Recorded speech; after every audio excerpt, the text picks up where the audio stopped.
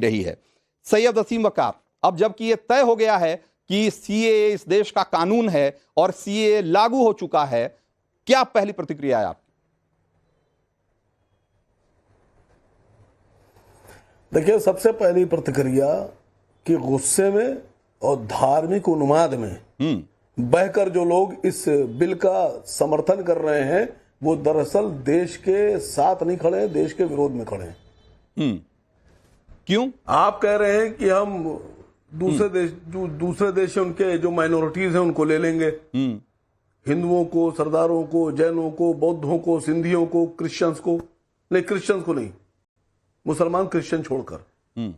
कल को अगर हमारे पड़ोसी देश अपने जासूसों को हमारे देश में भेज दें और आपको मालूम ना पड़े कि वो पड़ोसी देश का जासूस यहां काम कर रहा है और वो आके भारत में जासूसी करके सारी यहां की डिटेल्स विदेश में दुश्मन देश को भेजना शुरू कर दे, तो उसकी जिम्मेदारी आप एंकर साहब लीजिएगा?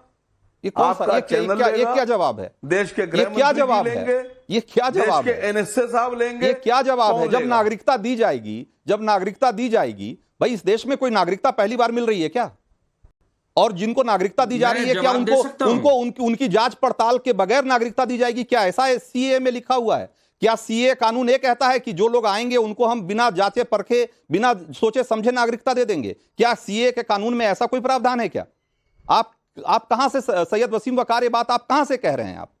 और ये एकदम बेतुकी बात आप कर रहे हैं जिसका कोई सिर पैर नहीं है। आपके चैनल पे बैठ के कह रहा हूं, मैं अपनी शंका यहां जाहिर कर रहा हूं। अब मेरी शंका, लेकिन शंका यही ऐसी ही शंका जाहिर करते, ऐसी ही शंका जाहिर की गई थी वसीम वकार, ऐसी ही शंका जाहिर की गई थी जब पिछली बार जब संसद में कानून लाया जा रहा था, तब भी ऐसी ही शंका जाहिर करके पूरे देश में माहौल खराब किया गया था कि भाई ये मुसलमानों का हक किससे मारा जा रहा है। ऐसी ही शंका जाहिर की गई थी कि अब सीए आया है तो अब एनआरसी भी आएगा। ऐसी ही शंका जाहिर की गई थी कि ये मुसलमानों की नागरिकता छीनने का कानून है, और इस तरीके से इस देश का माहौल बिगाड़ा गया था। तो ऐसी शंका, बेबुनियाद शंका न करें ना आप लोग। विपक्ष बेबुनियाद शंका क्यों करता है जब सरकार खुद कह रही है, गृह मंत्री खुद कह रहे हैं मंच से आकर कि भाई इससे किसी की नागरिकता नहीं जाती?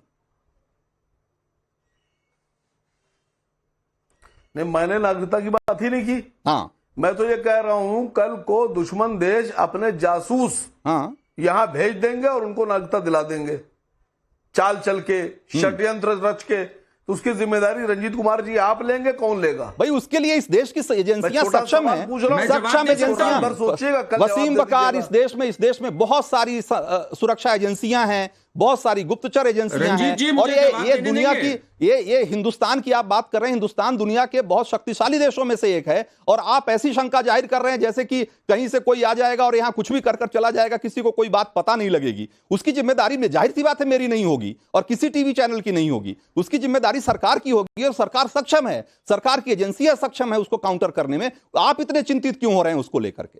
मैं नहीं समझ पा रहा हूं। आपकी चिंता इस बात को लेकर नहीं है कि बड़ी संख्या में जो दूसरे देशों के लोग यहाँ जो धार्मिक अल्पसंख्यक आकर के, ये सारा ठेका आपने उठा रखा है। भाई हमने क्यों? मैं तो कह रहा हूं कि हमारा ठेका नहीं है, लेकिन ये ठेका आपका भी नहीं है ना। ये ठेका आपका भी नहीं है, ये ठेका इस देश की एजेंसियों का है, इस देश की सुरक्षा एजेंसियों का, सरकार का है। देख रहे हैं भाई, फिर वही बात मैं तो कह रहा हूं कि नया ठेका हमारा है वसीम वकार, और नया ठेका आपका है। ये ठेका जिसका है वो उसकी पट्टी, और मेरी अकल खुली हुई है।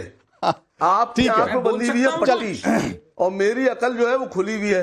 ठीक है, आप बंद आंखों से देश को देख रहे हैं, मैं आता हूं आपके पास से देख रहा हूं। हाँ, करण वर्मा आपको जोड़ना चाह रहे हैं, बताइए।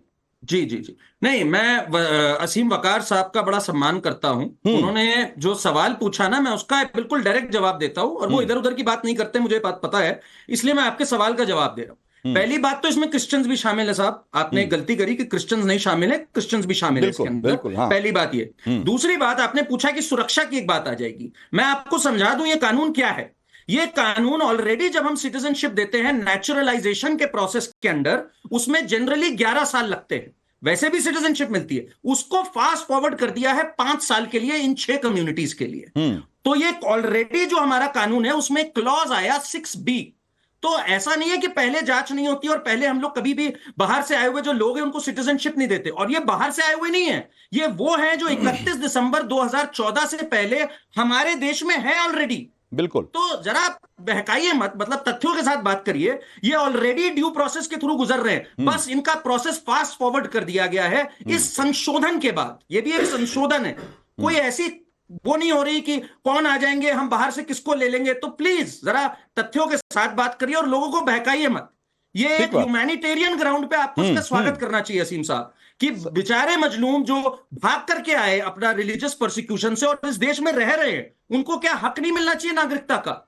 ये मैं आप पे छोड़ देता हूं। ठीक बात है।